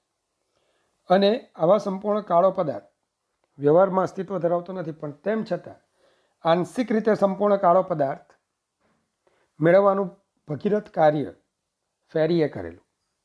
અને ફેરીએ એક બ્લેક બોડીની કલ્પના કરી, જેને આપણે કહીશું ફેરીઝ બ્લેક બોડી, જેમાં એણે આવું એક કેવિટી એટલે કે બખોલ ધરાવતું પાત્ર લીધું. એની પર જ્યારે વિકિરણ આપાત કરવામાં આવે તો સામેની પરાવર્તક સપાટી એવી બનાવી કે જ્યાંથી આ વિકિરણનું વારંવાર શું થાય? પરાવર્તન. હવે આ જે વિકિરણની જે દિવાલ છે એ દિવાલ એ કાળા રંગની બનેલી છે. શાની? કાળા રંગની બનેલી છે. પ્રત્યેક વખતે આ વિકિરણ જેવો પરાવર્તન પામે એટલે એનો ઘણો ખરો ભાગ તો શોષણ થઈ જાય. તો કાળી અને ખરબચડી આ દિવાલ છે. પ્રત્યેક પરાવર્તન વખતે એનો ઘણો ખરો ભાગ તો શું થાય? શોષાઈ જાય. તો પછીના પરાવર્તનમાં હજુ બીજું શોષણ થાય. આમ અમુક પરાવર્તનો બાદ આ વિકિરણ સંપૂર્ણપણે શોષણ પામે. આ અર્થમાં આ છિદ્રમાંથી પસાર થતું જે વિકિરણ છે એ સંપૂર્ણ શોષાઈ જાય છે. બસ, તો આને આપણે શું બોલીશું? સંપૂર્ણ કાળો પદાર્થ. હવે આવા સંપૂર્ણ કાળા પદાર્થને જો તમે હવે કેવિટીને તમે ગરમ કરશો તો એમાંથી શક્ય એવી તમામ તરંગ લંબાઈઓનું એ શું કરે છે? ઉત્સર્જન પણ કરે છે. બરાબર, જેના સમજૂતી મેક્સ પ્લાન્કે આપેલી. કોણ આપેલી? મેક્સ પ્લાન્કે. ચાલો, તો આપણે અત્યારે મેક્સ પ્લાન્કની વિચારધારા પર આગળ જતા નથી. તો કિર્ચોફનો નિયમ એના તરફ જઈએ કે દરેક પદાર્થ માટે શોષકતા અને ઉત્સર્જકતાના મૂલ્યો સમાન છે. તો કાળો પદાર્થ એ તમામ એવા વિકિરણનું શોષણ પણ કરે છે, સાથે સાથે એનું ઉત્સર્જન પણ કરે છે. આમ કાળા પદાર્થ માટે કુલ ઉત્સર્જન પાવર છેદમાં કાળા પદાર્થનો કુલ ઉત્સર્જન પાવર, બોલો શું થાય? 1 થાય કે નહીં? તો એની ઉત્સર્જકતા 1 હતી, તો એની શોષકતા પણ શું થવાની? 1 જ. કારણ કે જેટલી ઉષ્મા ઉર્જા આપાત થઈ, જેટલી વિકિરણ ઉર્જા આપાત થઈ એ બધાનું તો એણે શોષણ કર્યું. તો આમ કિર્ચોફે કીધું કે દરેક પદાર્થ માટે શોષકતા અને ઉત્સર્જકતા સમાન હોય છે. આમ જે પદાર્થ સારો શોષક છે તે સારો ઉત્સર્જક પણ છે, અને જે પદાર્થ ઓછો શોષક છે, દાખલા તરીકે ચળકાટ ધરાવતી સપાટી, થર્મોસ ફ્લાસ્કની અંદરની દિવાલ ચળકાટ ધરાવતી બનાવવામાં આવે. કેમ? તો એની શોષકતા પણ ઓછી અને તેથી એની ઉત્સર્જકતા પણ ઓછી. આથી ચાનું તાપમાન અંદર જળવાઈ રહે. ચાલો, તો પ્રિવોસ્ટનો વાદ. તો પ્રિવોસ્ટે રેડિયેશન માટે જે થિયરી લખી, બરાબર, ઉષ્મા ઉર્જાના વિનિમયની, રેડિયેશન દ્વારા ઉષ્મા વિકિરણ દ્વારા એના વિનિમયની જે થિયરી લખી, એના મેં ઇમ્પોર્ટન્ટ પોઈન્ટ્સ અહીંયા તમને બતાવ્યા છે. પહેલું, પ્રિવોસ્ટના વાદ અનુસાર દરેક પદાર્થ તાપમાન અનુસાર વિકિરણનું ઉત્સર્જન કરે છે અને સાથે સાથે બીજા પદાર્થમાંથી ઉત્સર્જિત વિકિરણોનું શોષણ પણ કરે છે, જેને વિકિરણના ઉષ્મા વિનિમયનો સિદ્ધાંત કહે છે. હવે આ વાત પરથી 0 કેલ્વિન તાપમાન કરતાં વધારે એવા કોઈ પણ તાપમાને પદાર્થ વિકિરણના ઉત્સર્જનની સાથે સાથે પરિસરમાંથી આવતા વિકિરણનું શોષણ પણ કરે. જો સમજાવું કેવી રીતે. કોઈ પદાર્થ, બરાબર, ઓરડાના તાપમાને સંતુલનમાં છે, તો એ શું કરશે? તાપમાન અનુસાર વિકિરણનું ઉત્સર્જન કરવાનો. પણ જો ઉત્સર્જન કર્યા જ કરે તો ઠંડો પડી જવો જોઈએ, તો એનો મતલબ કે શું કરે છે? સાથે સાથે શોષણ પણ કરે છે. અને તાપીય સંતુલનની સ્થિતિમાં શું થશે? ઉષ્મા ગુમાવવાનો દર ઇઝ ઇક્વલ ટુ શોષાવાનો દર. હા કે ના? હા, તાપમાન જો વધી જાય તો ઉષ્મા ગુમાવવાનો દર જો વધી જાય શોષણના દર કરતાં, તો પદાર્થ ઠંડો પડે. અને જો શોષણનો દર વધી જાય કોના કરતાં? ગુમાવવાના દર કરતાં, તો પરિણામે પદાર્થનું તાપમાન વધે. તો આવા ક્વેશ્ચન્સ પણ તમને નીટના લેવલ પર આવતા હોય છે. તો દર સેકન્ડે ઉત્સર્જાતી વિકિરણ ઉર્જાનું પ્રમાણ એ સપાટીના પ્રકાર અને સપાટીના ક્ષેત્રફળ અને તાપમાન પર રહેલ છે. આ દર પર આજુબાજુના પરિસરમાં રહેલા અન્ય પદાર્થોની હાજરીની અસર થતી નથી. બરાબર, અન્ય તમે બાજુમાં કયો પદાર્થ રાખ્યો છે એની હાજરીની અસર થશે નહીં. માત્ર આ ઉષ્મા ઉર્જાનો જે વિનિમય છે પદાર્થ અને સરાઉન્ડિંગ, પરિસર, એના તાપમાન પર જ આધાર રાખશે. ત્રીજું, પદાર્થના તાપમાનમાં થતો નોંધાતો વધારો કે ઘટાડો એ આવા વિકિરણ ઉર્જાના વિનિમયને લીધે જોવા મળે છે. મેં હમણાં જ કીધું, જો ઉત્સર્જનનો દર વધારે હોય કોને કરતાં? શોષણ કરતાં, તો પદાર્થ ઠંડો પડે. અને જો શોષણનો દર ઉત્સર્જન કરતાં વધી જાય તો પદાર્થ ગરમ થાય. તો તાપમાનનો બંને વખતે શું થાય? ફેરફાર. વિદ્યાર્થી મિત્રો, હવે આવે છે સ્ટીફન બોલ્ટ્ઝમેનનો નિયમ. તો આપેલા તાપમાને પદાર્થનો કુલ ઉત્સર્જન પાવર એ પદાર્થની સપાટીના નિરપેક્ષ તાપમાનના ચતુર્થ ઘાતના સમપ્રમાણમાં હોય છે. પ્રાયોગિક રીતે આ શોધાયેલો નિયમ છે અને ત્યારબાદ આ નિયમ સાચો છે એની સાબિતી મેક્સ પ્લાન્કે આપી. તો E is proportional two T⁴. તો E is equal to sigma E T⁴, જ્યાં સિગ્માને આપણે બોલીએ છીએ Stephen બોલ્ટ્ઝમેનનો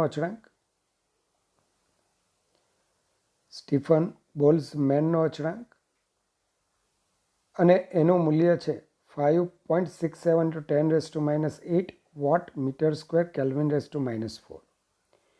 vote per metre square kelvin -4. બરાબર. E એમિસિવિટી, તો અહીંયા ચલનના ચિહ્ન પછી 2 અચળાંકો આવે છે એની ખાસ નોંધ લેવી.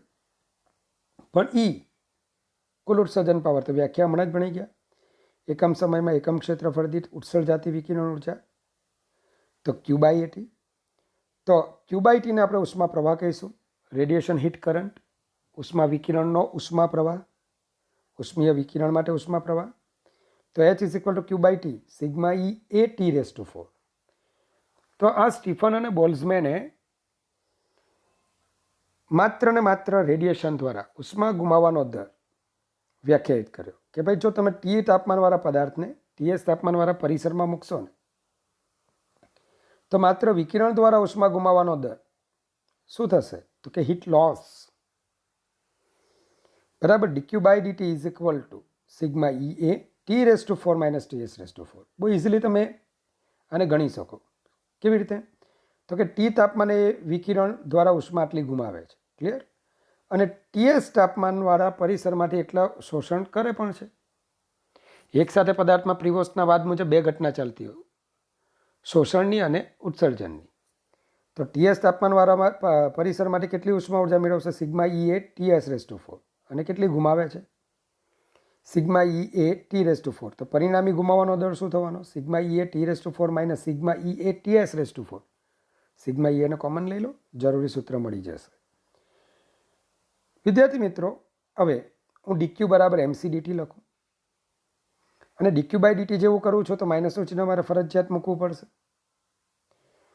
કારણ કે સમય વધતા તાપમાન ઘટે છે. ચાલો આ સમીકરણમાં કિંમત મૂકીએ તો ઠંડા પડવાનો દર rate of cooling RC minus DT by DT. ચાલો દળ બરાબર ઘનતા ગુણ્યા કદ. કિંમત મૂકતા તમને આર પરિણામ મળે. ચલો તો આવું એક એમસીક્યુ તમને પરીક્ષામાં પૂછાયું હતું એન્ટ્રન્સમાં. બે સમાન દ્રવ્યના સમાન તાપમાન ધરાવતા પરંતુ જુદા જુદા પરિમાણ જુદા હતા એક સમાન પરિસરમાં મૂકતા પદાર્થોને એક સમાન પરિસરમાં મૂકતા તેમના ઠંડા પડવાનો દર. તો ચાલો પદાર્થનું તાપમાન અને પરિસરના તાપમાનનો તફાવત બંને પદાર્થો માટે સરખો છે, ફક્ત પરિમાણ જુદું છે, એટલે કે એરિયા જુદું હશે, વોલ્યુમ જુદું હશે, બસ. તો rate of cooling depends on A by V. શું આવશે? આરસી એ અને વીના એ બાય વીના સમપ્રમાણમાં હશે. તો RC1 by RC2 A1 by A2 into V2 by V1. ચલો સાદુરૂપ આપણે આપી દેવાનું જે જરૂરી કિંમતો મૂકી હોય તે. વિનનો સ્થળાંતરનો નિયમ. તો વિન નામના ભૌતિક વિજ્ઞાનીએ જે થર્મોડાયનેમિક્સના ભીષ્મ પિતામહ કહેવાય, તો સંપૂર્ણ કાળા પદાર્થમાંથી જે ઉત્સર્જિત વિકિરણોનો સ્પેક્ટ્રલ ઉત્સર્જન પાવર છે એના મૂલ્યો દરેક તરંગ લંબાઈ માટે સમાન નથી.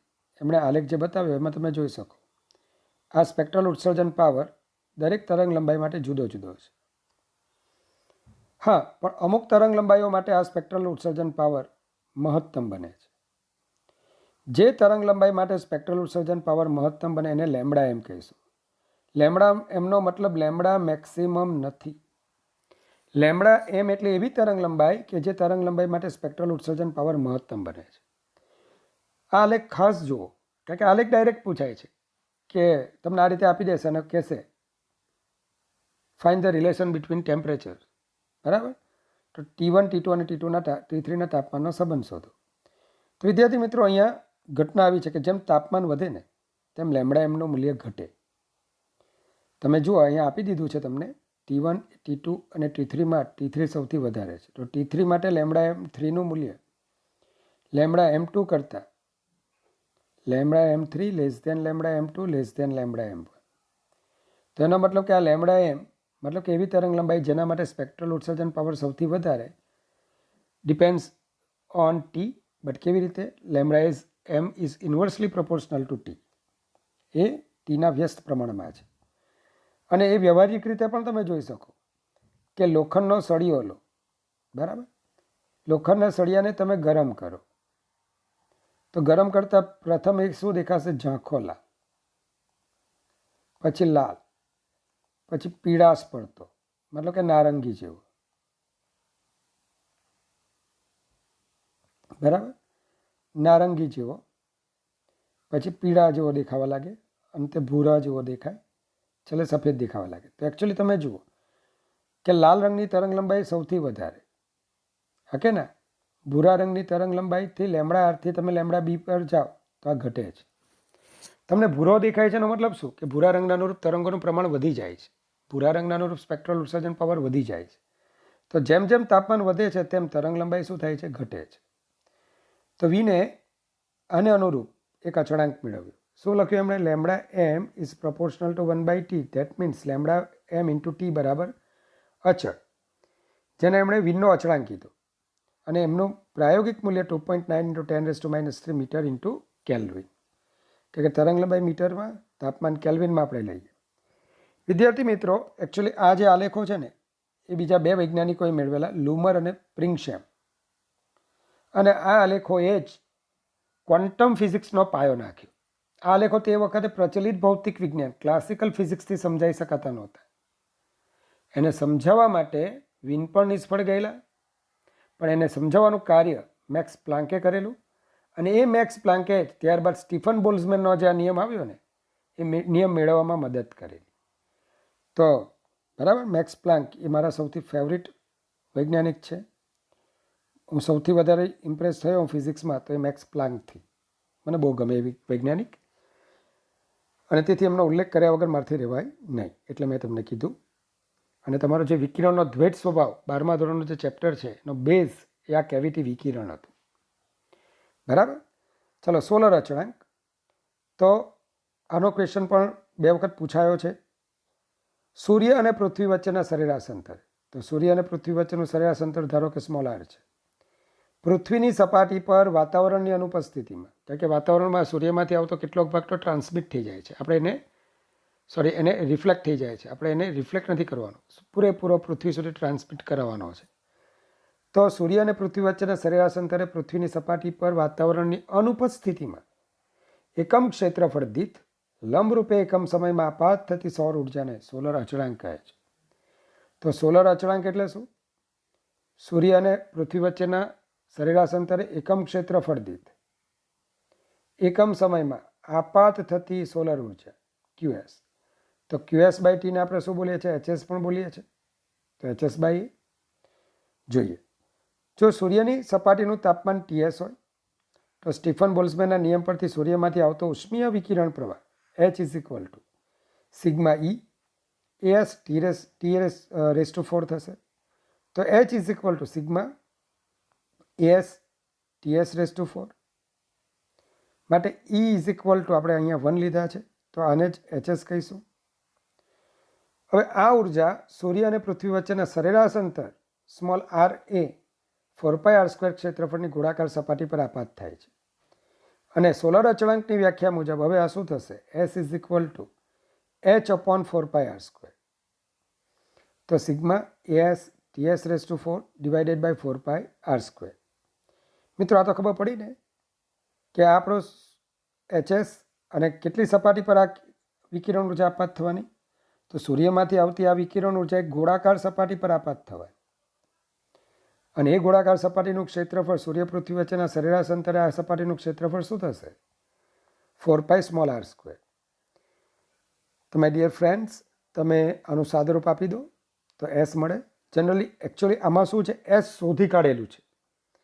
પ્રાયોગિક રીતે તમે પૃથ્વીની સપાટી પર એકમ ક્ષેત્રફળ દીઠ આદર્શ રીતે તમે જ્યારે વિકિરણ ઉર્જાનું માપો છો, આપાત વિકિરણ ઉર્જા માપો છો, તે 1340 વોટ/મીટર² મળે છે.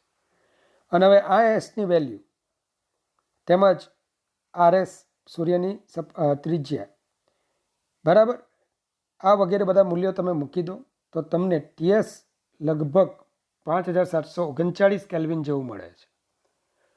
તો વિદ્યાર્થી મિત્રો, મેં પૂરતો પ્રયત્ન કર્યો છે તમામ હીટ ટ્રાન્સફરની થિયરી તમને સમજાવવાનો. બરાબર, જે આખું ચેપ્ટર તમારા 2-3 કે 4 પીરિયડમાં તમારું ચાલતું હતું એમાં બધા જ કન્સેપ્ટને આવરી લઈને, આ ઉપરાંત જે નથી તેને પણ સમાવીને મેં પૂરતો પ્રયત્ન કર્યો છે. તો વારંવાર આ વિડીયોને જુઓ, થિયરી કમ્પ્લીટ કરો. હવે પછીના થર્મોડાયનેમિક્સના જે લેક્ચર્સ આવશે તેમાં એક મેં અલાયદો લેક્ચર, મારા એક ફ્રેન્ડ, મારો વિદ્યાર્થી મિત્ર છે નીલકંઠ, બરાબર, કે એમાં જ બીજા ધ્રુવ જેવા ઘણા વિદ્યાર્થીઓ એ મને કીધું છે કે સર તમે ફક્ત ને ફક્ત આલેખની રીત કરાવો, કારણ કે મેં એમને આલેખમાં શોર્ટકટ બધા કરાવેલા હતા. તો આવો આલેખ આવે તો આને આ રીતે જ જોવાનો, આમ જોઈને આ જ વિચારવાનું. તો આલેખ મારા માટે બહુ સહેલા છે. તો આપણે આવનારો જે લેક્ચર છે એને આપણે આલેખો માટે સમર્પિત કરીશું. તો ત્યાં સુધી વિદ્યાર્થી મિત્રો આ સેશન જુઓ અને થિયરી એના સૂત્રો કમ્પ્લીટ જોઈ લો. જે મેં વચ્ચે દાખલા મૂક્યા છે તેનો પણ અભ્યાસ કરો. તો આ સાથે મારી વાણીનો વિરામ આપું છું. ભગવાન તમને ખૂબ સારી કારકિર્દી આપે, સારી યાદશક્તિ આપે. ચાલો તો good bye, take care and God bless you ઇન્ફાઇનાઇટલી.